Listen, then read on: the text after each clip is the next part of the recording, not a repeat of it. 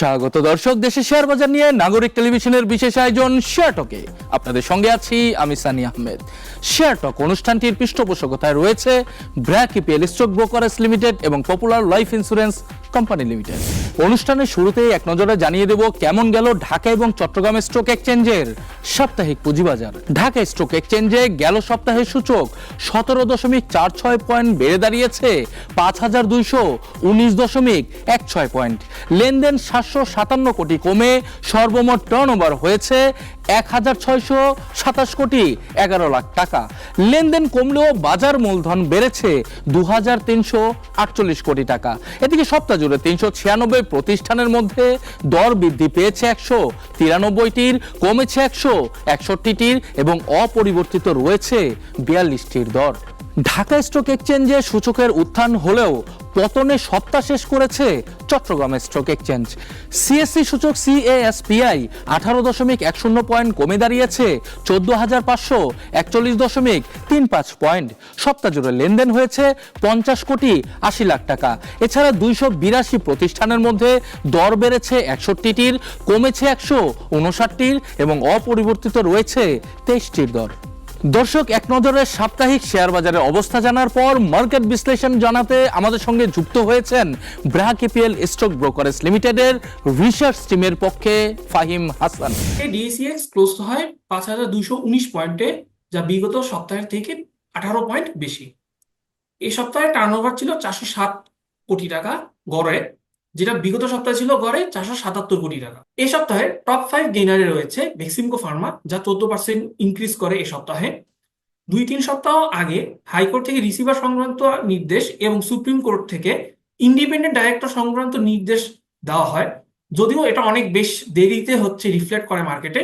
এছাড়াও বেক্সিমকো ফার্মা গত সপ্তাহ আগ পর্যন্ত বেশ লো পিতে ট্রেড করছিল compare to its comparable peers like square Pharma, Acme বা ইবনে সিনা লিস্টেডদের মধ্যে। আমরা যদি টপ 5 লুজারের মধ্যে দেখি, তাহলে আমরা ইউসিবি কে দেখতে পাচ্ছি, যেটা 9% ডিক্লাইন করে এই সপ্তাহে। সম্ভবত ডিভিডেন্ড রিলেটেড বাংলাদেশ ব্যাংকের সার্কুলারের কারণে হয়তো ইনভেস্টররা একটু কশাস ছিল এই সপ্তাহে। এই সপ্তাহে টপ ট্রেডেড শেয়ারের মধ্যে বেক্সিমকো ফার্মা এবং এসপি সিনোমিক রয়েছে, যেটা সম্ভবত মার্কেটে এটা থিমেটিক ট্রেডিং যেটাকে বলে বেক্সিমকো গ্রুপ নিয়ে, সেটা হয়তো আমরা পরিলক্ষণ করেছি। এছাড়াও রয়েছে অরিয়ন ইনফিউশন এবং স্কয়ার ফার্মা। স্কয়ার ফার্মার ক্ষেত্রে যেটা হয়েছে, স্পন্সররা শেয়ার বাই করেছে, যে কারণে একটা সাইজেবল ট্রেড হয়েছে এই সপ্তাহে। এছাড়া রয়েছে উত্তরা ব্যাংক। উত্তরা ব্যাংক বেশ ভালো পারফরমেন্স দেখিয়েছে, সেজন্য হয়তো ইনভেস্টর একটু অপটিমিস্টিক ছিল এই সপ্তাহে। টার্নওভার ওয়াইজ টপ লার্জ 5 সেক্টরের মধ্যে আমরা যদি দেখি, সেটা তার মধ্যে রয়েছে ফার্মাসিউটিক্যালসকে ড্রাইভ করে হচ্ছে অরিয়ন ইনফিউশন, বেক্সিমকো ফার্মা এবং স্কয়ার ফার্মা। এরপরে রয়েছে ইঞ্জিনিয়ারিং এর মধ্যে রয়েছে কেডিএস অ্যাক্সেসরিজ এবং এস আলম স্টিল। এরপরে রয়েছে টেক্সটাইলের মধ্যে আলিফ ইন্ডাস্ট্রিজ, মালিক স্পিন এবং আলহাজ টেক্স, যদিও এদের রিলেটেড কোনো নিউজ আমরা সেভাবে পাইনি। ইঞ্জিনিয়ারিং। এরপর রয়েছে ফুড অ্যান্ড অ্যালাইডের ক্ষেত্রে আপনার বিচ হ্যাচারি, লাভেলো এবং ফুয়াং ফুডস ছিল মেইন ড্রাইভার, কিন্তু এক্ষেত্রেও আমরা নতুন কোনো ইনফরমেশন পাইনি, যে কারণে এই সপ্তাহে ভালো ট্রেড হচ্ছে এই শেয়ারগুলোর। সবশেষে ব্যাংক সেক্টরে বেশ ভালো ট্রেড হয়েছে, কিছু নাম করা শেয়ার ছিল, উত্তরা ব্যাংক, ইবিএল, সিটি এবং ব্র্যাক ব্যাংক। সম্ভবত ডিভিডেন্ডের এক্সপেকটেশন থেকেই হচ্ছে তাদের এইসব শেয়ারে হয়তো ট্রেডটা হয়েছে। এই সপ্তাহে টপ নিউজের মধ্যে রয়েছে ফরেক্স মার্কেট স্ট্যাবিলিটি দেখা যাচ্ছে।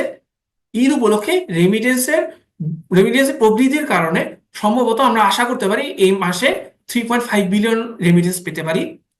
লিকুইডিটি প্রেসার বাড়বে ব্যাংক সেক্টরে, যেটা হচ্ছে বাংলাদেশ ব্যাংক আপনার 28 দিনের রেপোর যে ফ্যাসিলিটি সেটাকে উইথড্র করছে।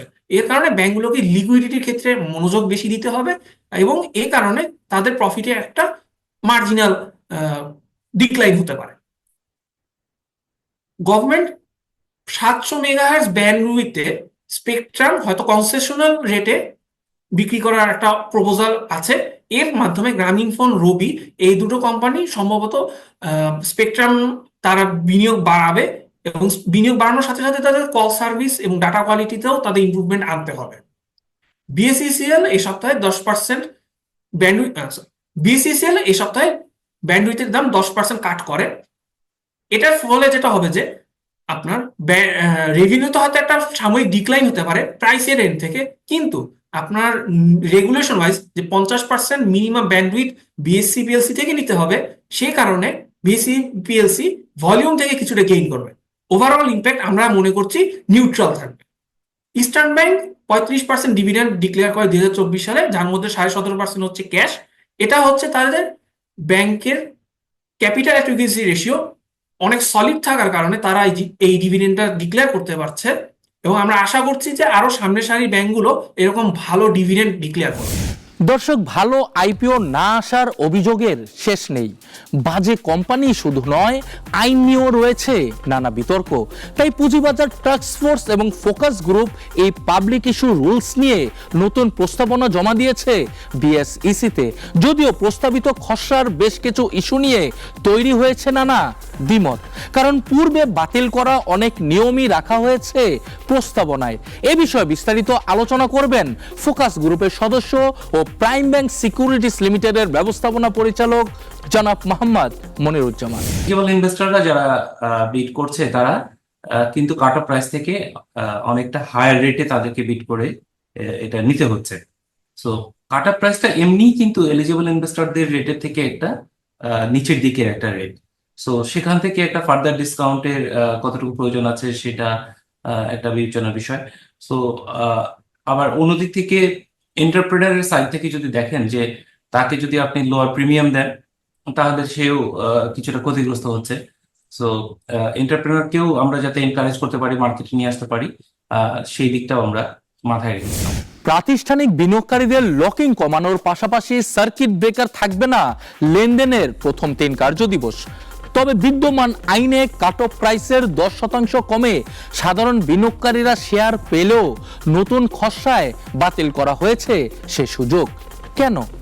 তারও রয়েছে ব্যাখ্যা। লক ইন হচ্ছে যে 50%-এর উপরে লক ইন, 50% ডে জিরোতেই এটা সেলেবল। তো কেন এটা রাখতে চেয়েছি সেটার কারণটা হলো যে এলিজিবল ইনভেস্টররা যখন এটার বিডিংটা করছেন তারা যেন মাথায় রাখেন যে আমাকে নেক্সট 3 মান্থস এটা হোল্ড করতে হবে। এই 3 মান্থসের মধ্যে একটা কোয়ার্টারলি আর্নিং চলে আসতে পারে, অথবা অনেক ধরনের স্টোরি এগুলো মার্কেটে আসতে পারে যেটা শেয়ার প্রাইসটাকে পজিটিভলি নেগেটিভলি ইম্প্যাক্ট করতে পারে। সো তারা যেন ইমোশনালি বা ইম্পালসিভ ওয়েতে বিডিংটা না করেন, রাদার একটু দেখে বুঝে নিজেরা স্টাডি করে যেন সেটার জন্যই আমরা 3 মাস লক ইনের প্রস্তাবনা করেছি। পুঁজিবাজারে নতুন বিনিয়োগকারী আনতে বাতিল করার প্রস্তাব দেওয়া হয়েছে 50,000 টাকার বাধ্যতামূলক বিনিয়োগের ধারা। বিদ্যমান এই আইনের ফলে লাভের চেয়ে বিনিয়োগকারীদের ক্ষতির মাত্রাই বেশি বলে মনে করেন বিনিয়োগকারীরা। 50,000 টাকা বিনিয়োগ কইরা 10টা 12টা 15টা শেয়ার পাইয়া লাভ করছে মাত্র 300 টাকা 400 টাকা, কিন্তু তার স্যার বিনিয়োগ কইরা তার ক্ষতি হয়েছে 50,000-এ প্রায় 50% চলে গেছে। 50%, 25,000 30,000 টাকা তার চলে গেছে।